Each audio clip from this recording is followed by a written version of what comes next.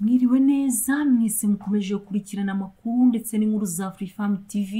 Reka twizere ko muri hose mumeze neza. Musanze ubushinjacyaha bwashyikirijwe dosiye y'abakurikiranyweho kwica umusore bakamujugunya mu musarani. Mukomeze mudushyigikire mukanda like na subscribe. Imana ibahe umugisha.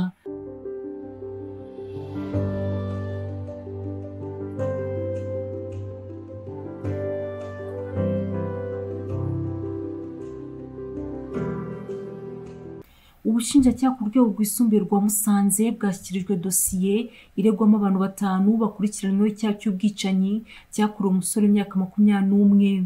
Ku itariki ya 13 Kanama 2021 umusore witwa Habimana Gadi wari umaze igihe gitaranyije amashuri yisumbuye yahamagawe n'umuntu kuri telefoni amubwira ko yamuboneye laptop yo kugura mu murenge wa Kagogo mu karere ka Burera hafi ya centre ya Kidaho. Uyu Habimana Gadi yahise ahaguruka mu karere ka Musanze yerekeza aho wamuhamagaye aherereye, ariko kuva icyo gihe ntiyongera kuboneka. Nyuma y'uko ababyeyi bamubuze batanze ikirego kuri RIB hatangira gukorwa iperereza.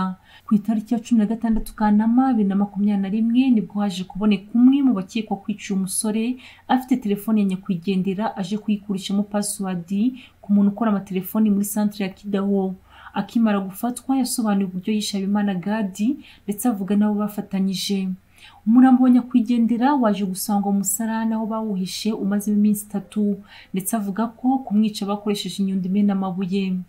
Iyi nkuru Afrifame TV ikesha ubushinjacyaha ivuga ko iki cyaha abantu 5 bakurikiranyweho kikaba gihanwa n'ingingo y'107 iya 243 n'iya 248 z'itegeko nimero 38/2018 ryo kuwa 30 Kanama 2018 riteganya ibyaha n'ibihano muri rusange.